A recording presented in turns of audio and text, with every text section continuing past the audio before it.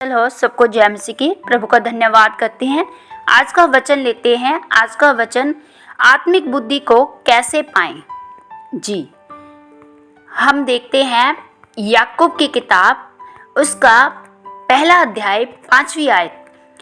पर यदि तुम में से किसी को बुद्धि की घटी हो तो परमेश्वर से मांगे, जो बिना उलाहना दिए सबको उदारता से देता है। जी मेरे भाई बहनों, बाइबल का वचन कहता है कि जब तुम नाना प्रकार की परीक्षाओं में पड़ो तो इसको पूरे आनंद की बात समझो।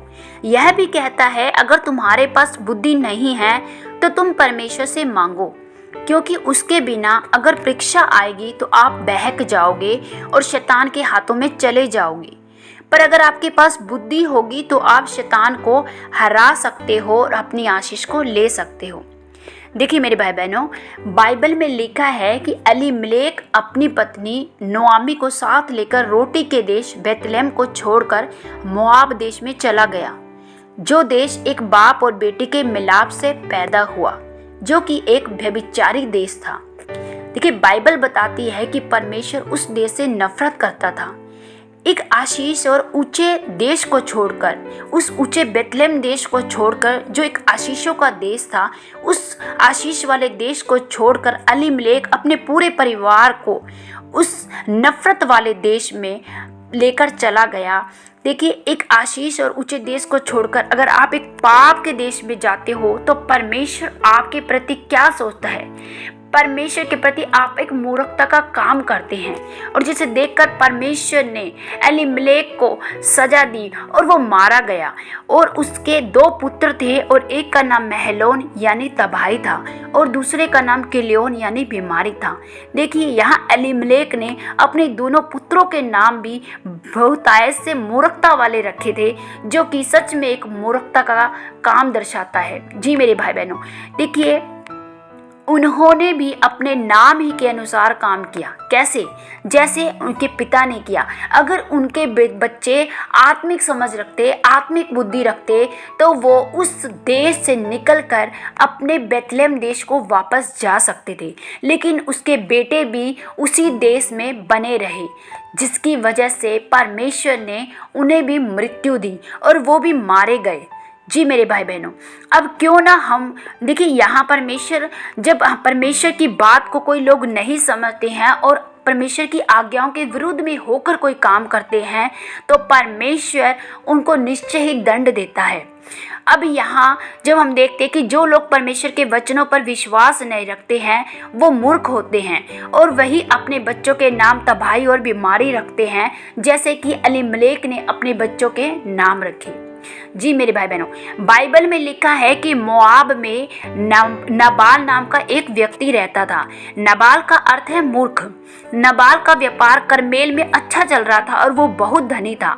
अगर नबाल इस बात को समझता कि दाऊद ने अपने सैनिकों को, जो चरवाहों की रक्षा की थी, तो वो दाऊद को जरूर भेंट देता।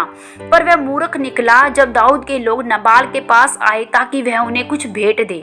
तो नबाल ने कहा कि तुम कौन हो? आजकल बड़े नौकर अपने मालिकों के पास से भागते फिरते हैं। उसने उनकी बेइज्जती की, क्योंकि उसके पास आत्मिक बुद्धि नहीं थी। वो अपने घमंड में चूर था, जिसकी वजह से उसने दाऊद के सैनिकों की बेइज्जती की। और जब दाऊद को इस बात का पता चला तो दाऊद बहुत क्रोधित हुआ और उसको मारने के लिए निकला। जब वह रास्ते में उसको मारने के लिए जा रहा था तो रास्ते में नाबाल की पत्नी ने आकर दाऊद से माफ़ी मांगी और उससे भेंट दी।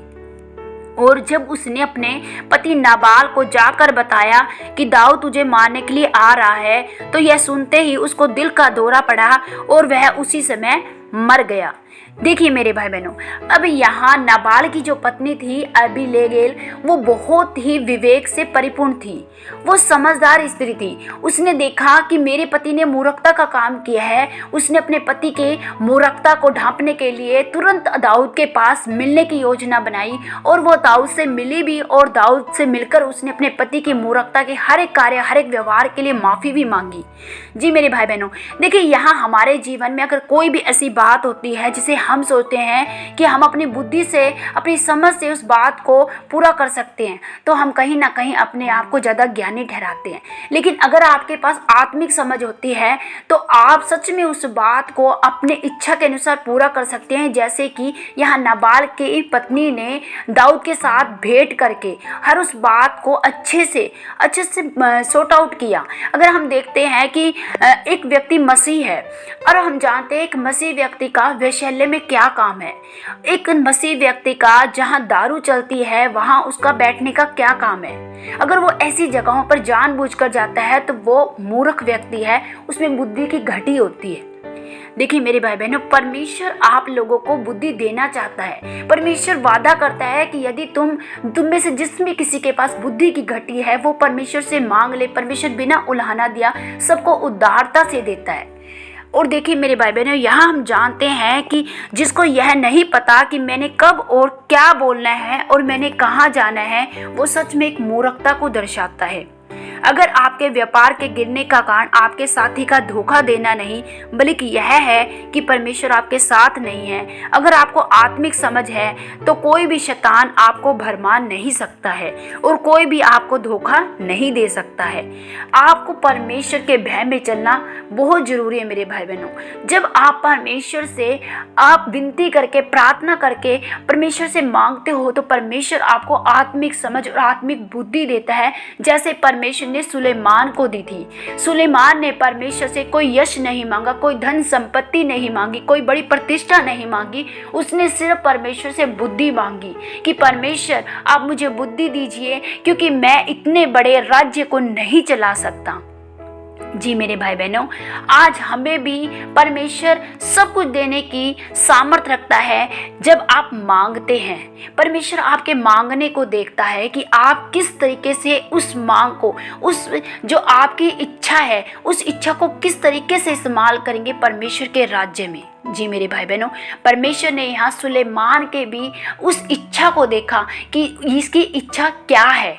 परमेश्वर के कामों को करने के लिए, अपने राज्य को बढ़ाने के लिए परमेश्वर ने उसकी इच्छा को देखा और उसकी इच्छा के अनुसार परमेश्वर ने उसको आत्मिक बुद्धि दी। ऐसी बुद्धि, सुलेमान से अधिक बुद्धि किसी के पास नहीं थी मेरे भाई बहनों। हम जानते हैं कि पूरा नीति वचन सुलेमान के द्वारा ही लिखा गया है। हालेलुया।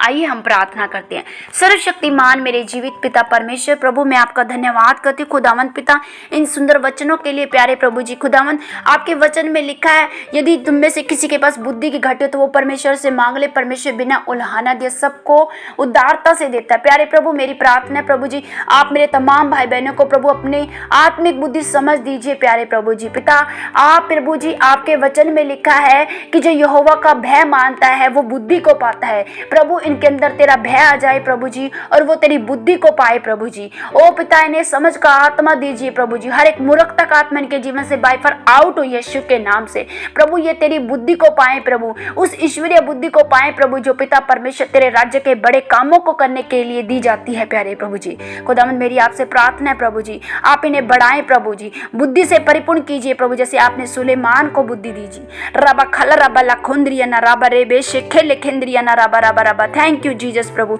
आपने ऐसा कर दिया है, मैं आपका धन्यवाद करती हूँ पिता। यीशु के नाम से हम मांगते हैं, आमीन।